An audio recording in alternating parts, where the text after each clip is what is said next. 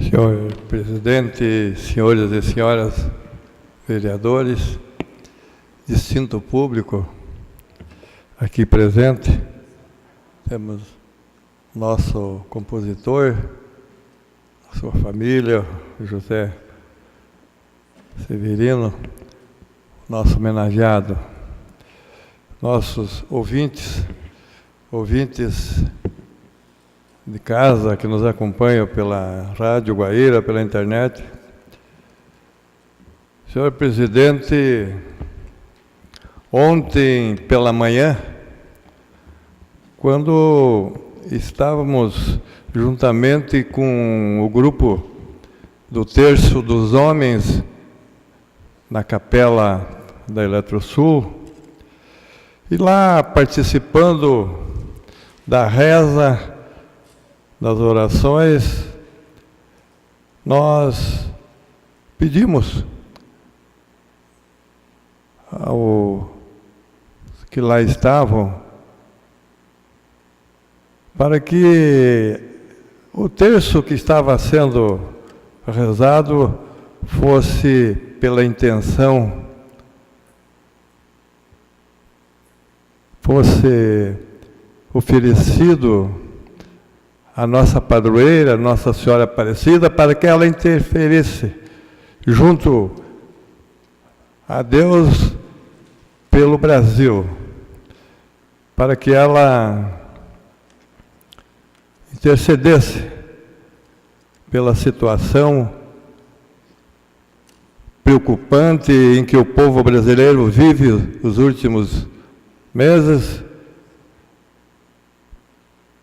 E o que vimos ontem com o resultado da eleição lá na Câmara dos Deputados, o que vimos lá, senhor presidente, foi prevalecer a voz da grande maioria do povo brasileiro. Aliás,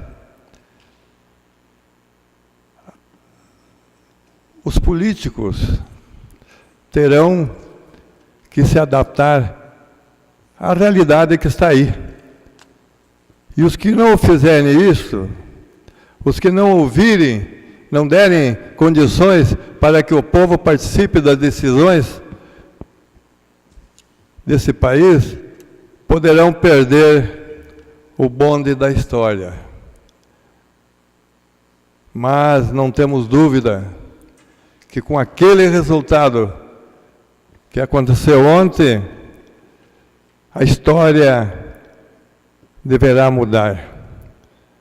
Nós vimos aqui na tribuna e tivemos o prazer de conhecer o representante do partido Pátria Livre, o senhor Pedro Sirineu, a preocupação do senhor Pedro com a situação econômica do país. Na verdade, senhores, o Brasil vive nos últimos dias como um paciente que, colocado sobre a mesa de uma UTI, à espera de alguém que o venha socorrê-lo.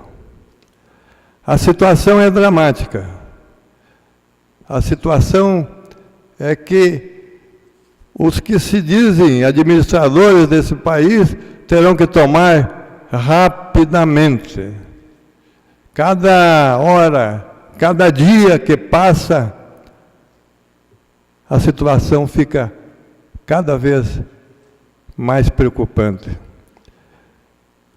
Nós não temos dúvida, eu acho que ninguém de sã consciência tem dúvida, que quem assumir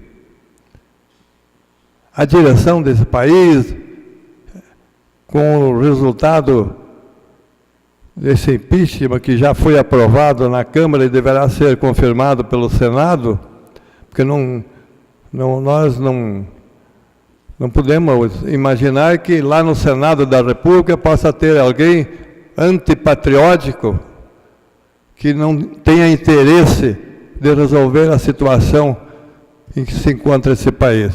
Então não temos dúvida que o Senado deverá confirmar a decisão dos deputados federais.